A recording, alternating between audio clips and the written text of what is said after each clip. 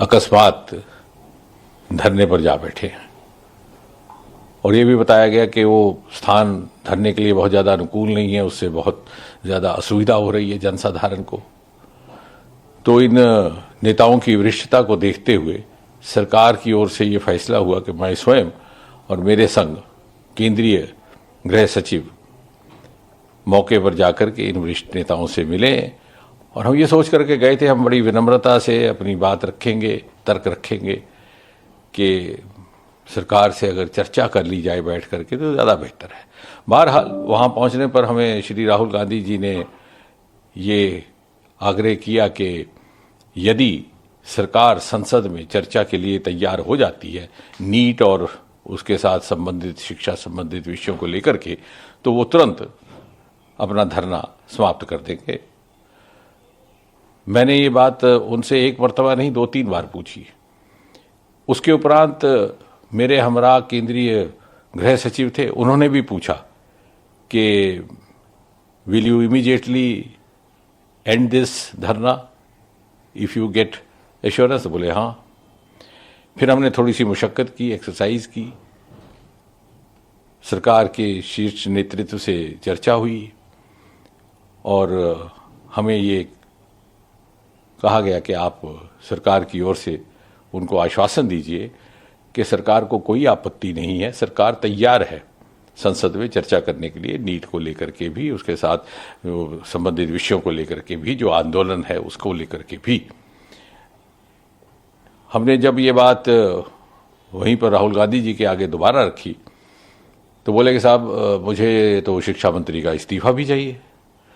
तो हमने कहा साहब अभी कुछ ही क्षण पहले आपसे बार बार जब पूछा गया कि आपका क्या मुतालबा है तो आपने ये कहा था कि अगर मुझे ये आश्वासन दिया जाए कि संसद में कांग्रेस पार्टी को भारत सरकार चर्चा करने देगी या करने के लिए तैयार है तो मैं तुरंत ये धरना समाप्त कर दूंगा।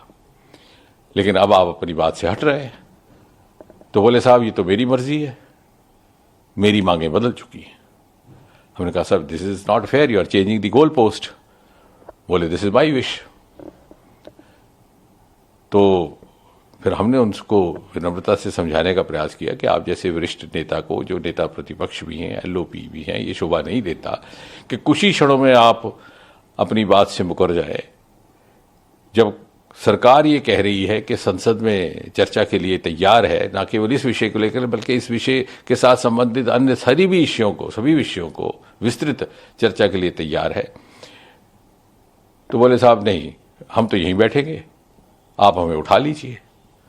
बोले साहब मैं तो आपसे चर्चा करने आया था बड़े विनम्रता से, आपको उठाने का तो हमारा इरादा नहीं था, मैं तो सिर्फ आपसे ये अनुरोध करने आया था। लेकिन ऐसा लग रहा है कि आप शायद आप उस मूड में ही नहीं हैं कि आप कुछ वाया मीडिया या रास्ता निकाला जा सके। तो बोले आप जो मर्जी इसका निष्कर्ष निकालिए, मैं तो वही करूँगा जो मेरी मर्जी है।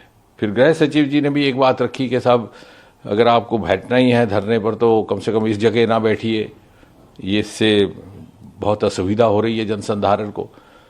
तो बोले ये भी मेरी मर्जी है। तो मुझे बड़े अफसोस के साथ कहना पड़ता है, ये बड़ा ही दुर्भाग्यपूर्ण है कि एलओपी का इस प्रकार का व्यवहार रहे कि वो अपने पक्ष को इतनी जल्दी बदलते हैं। और इसका अर्थ ये हुआ कि वो कन्फ्लिक्ट के मूड में है, वो चाहते ही नहीं कि सरकार के साथ सहयोग करके जनहित के विषयों पर चर्चा की जाए या जनहित के विषयों को आगे बढ़ाया जाए। वो ये मन बना करके आए हैं कि कन्फ्रंटेशन हो, कन्फ्लिक्ट हो, मुझे कोई मुद्दा मिले। लेकिन हम जानते हैं इस देश का आम इंसान, आम नागरिक इतनी समझ रखता है कि उस प्रकार की पॉलिटिकिंग में या इस तरह की राजनीतिक नौटंकी के झांसे में नहीं आने वाला। और जहां तक सरकार का ताल्लुक है, आपको स्मरण होगा आज प्रातः ही प्रधानमंत्री जी ने बहुत स्पष्ट कहा है कि नीट और पेपर लीक इत्यादि विषयों के लेकर के जो लोग भी जिम्मेवार हैं उनके खिलाफ कड़ी से कड़ी कार्रवाई की जाएगी, की भी जा रही है। बहुत सारे लोग हिरासत में भी लिए गए हैं। ये एक ऐसा विषय है जिससे लगभग देश का हर प्रदेश मुतासिर हुआ है, प्रभावित हुआ है। और हम अपने बच्चों के साथ अन्याय नहीं होने देंगे, ना ही बढ़